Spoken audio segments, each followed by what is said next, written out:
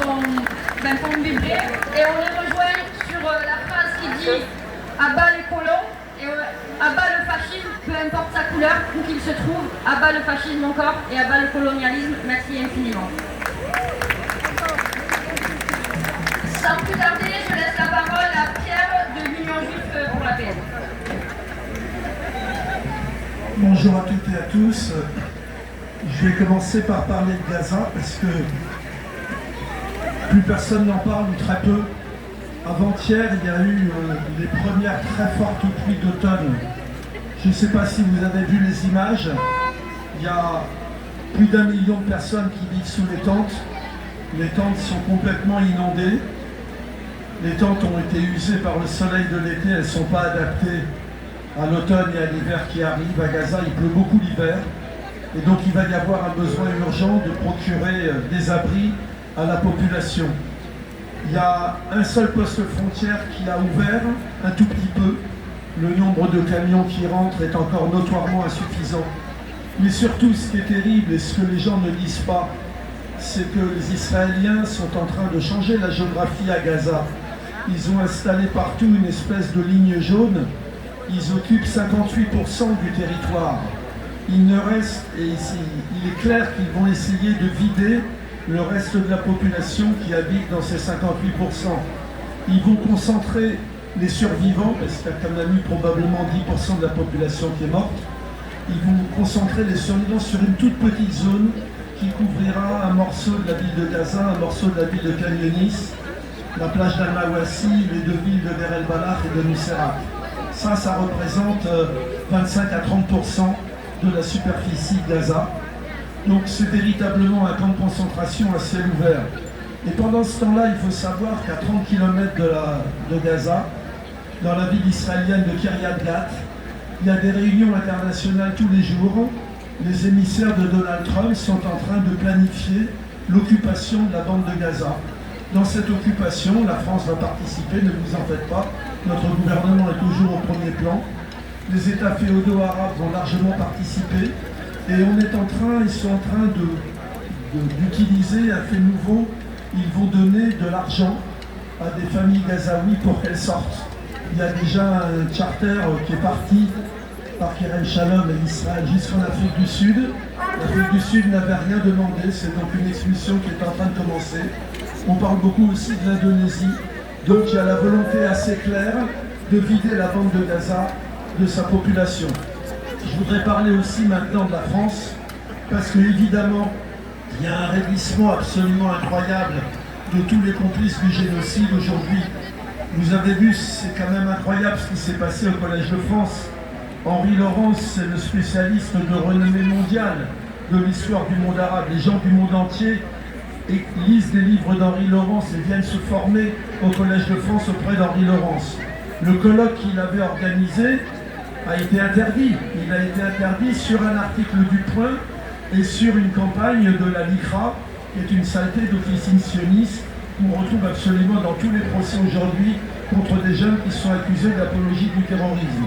Et évidemment, le Collège de France a suivi. Le colloque a quand même eu lieu. Il a eu des milliers de personnes qui l'ont suivi sur Internet, mais ça en dit long aujourd'hui. Ça veut dire y compris que dans le domaine universitaire et dans le domaine scientifique, on va aujourd'hui avoir des attaques terribles. Il y a eu l'affaire de la Philharmonie. Quand on écoute les radios aux ordres, France Inter, France Info, je ne parle même pas des autres, ils n'ont donné la parole à personne d'autre. Donc tout le monde ignore quand même que le jour de ce concert-là, ils ont chanté la Hatikva, l'hymne national israélienne, qu'ils ont invité l'ambassadeur d'Israël, et à part ça, s'opposer à un concert de la Philharmonie, ce serait quelque chose de terroriste. C'est absolument ahurissant. Nous, à l'Union Juive Française pour la Paix, nous sommes clairement pour le boycott d'Israël sous toutes ses formes. Boycott politique, boycott économique, boycott militaire, boycott commercial, boycott culturel, boycott universitaire, boycott sportif. Il faut absolument isoler cet État. Et je terminerai en disant que vous avez maintenant le réveil de quelques officines qui se prétendent de gauche et qui aujourd'hui tapent sur le boycott. parce qu'évidemment, ils sont pour la légitimité de l'État d'Israël. Ils considèrent qu'il n'y a pas eu de nettoyage ethnique en 1948 et c'est suite le fascisme aujourd'hui. Je vais quand même nommer ces officines parce qu'elles sont parfois infiltrées dans les mouvements de gauche. Elles en ont le RA, le réseau contre l'antisémitisme et tous les racismes. Elles ont pour nom les JJR, Juifs et Juifs révolutionnaires. Elles ont pour nom Golem. Toutes ces officines ont en commun aujourd'hui le fait d'essayer de sauver l'image d'Israël. Eh bien nous ne la sauverons pas, nous la combattrons jusqu'au bout.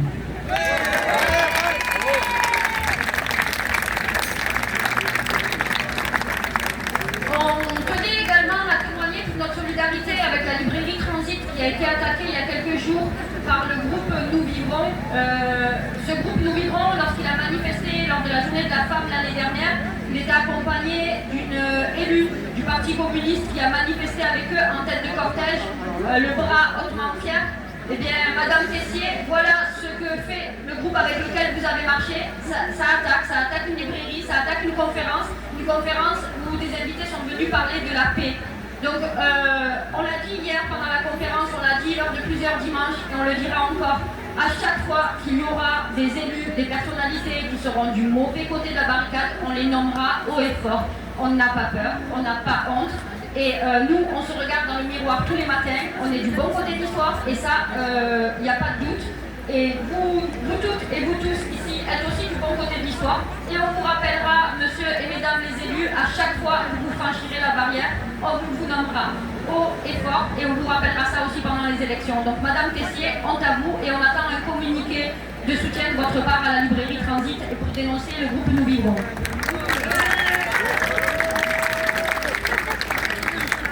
Maintenant, je vais faire un petit peu de publicité pour Union Palestine Marseille. Vous avez, certains d'entre vous ont participé au premier acte d'un concert qui avait eu lieu le 4 octobre au Molotov. On réitère ce même concert le 30 novembre encore au Molotov à partir de 19h. L'idée c'est toujours d'envoyer 100% des bénéfices à Gaza. Cette fois-ci, ça sera par l'intermédiaire d'un journaliste qui s'appelle Wadir, qui est sur Gaza même et qui fait de la distribution alimentaire aux enfants qui sont hospitalisés. Donc on vous invite à noter cette date, le 30 novembre à partir de 19h au Molotov. Il y aura différents groupes musicaux, il y aura du rap, il y aura du reggae, il y aura des chants arabes, des chants palestiniens. Des camarades aussi qui sont avec nous à UPM qui vont jouer, qui vont faire leur première scène ce soir-là. Donc on vous invite non seulement à passer un moment chaleureux, autre que dans la rue en forme de manifestation, mais toujours un moment militant et un moment solidaire avec la population de Gaza. Donc là nous allons partir, le trajet d'aujourd'hui c'est jusqu'à Lombrière, le vieux port. Nous allons être accompagnés de la Batucada et juste dernière information, puisque de boycott, on tient à signaler qu'il y a également une marche contre Eurolinks le 29 novembre. Je vais laisser la camarade vous la présenter. Bonjour à toutes et à tous, j'étais là dimanche dernier pour vous inviter chaleureusement à venir avec nous remarcher à Eurolinks. On s'est fait arrêter, on était 123 le 2 octobre, on est toujours aussi déterminés à arrêter les trafics d'armes. Donc Eurolinks, on revient en force et avec vous j'espère. C'est un appel à une manifestation massive contre Eurolinks samedi 29 novembre. Le 29 novembre 1947, les puissances impérialistes ont découpé la Palestine, puis ont fait de cette date une journée internationale de solidarité avec le peuple palestinien. Ni hier, ni aujourd'hui, nous ne sommes nuls de la prétendue solidarité de puissances impérialistes qui n'ont jamais arrêté de soutenir et d'armer l'État sioniste. Colons et génocidaires, elles ont préféré criminaliser les mouvements de solidarité internationale et populaire. À Marseille, l'entreprise Eurolinks continue d'envoyer des maillons de munitions à Israël, en complicité avec le génocide, ce que les autorités françaises tolèrent. Après 2 blocages de l'entreprise en septembre, 123 personnes ont été arrêtées en se rendant à Eurolinks pour manifester le 2 octobre. Revenus en force sur ces lieux criminels, continuons à dénoncer leur complicité le 29 novembre pour la Palestine libre de la mer au Jourdain, opposons une solidarité internationaliste face à la montée de la répression. Donc le rendez-vous c'est samedi 29 novembre à 13h au métro La Rose. Je précise qu'on est avec Stop Army, qu'on est avec UPF, qu'on est avec CEDEC et qu'on est beaucoup de collectifs à vouloir que cette complicité s'arrête et qu'on arrête de livrer des armes aux régimes sionistes. Merci.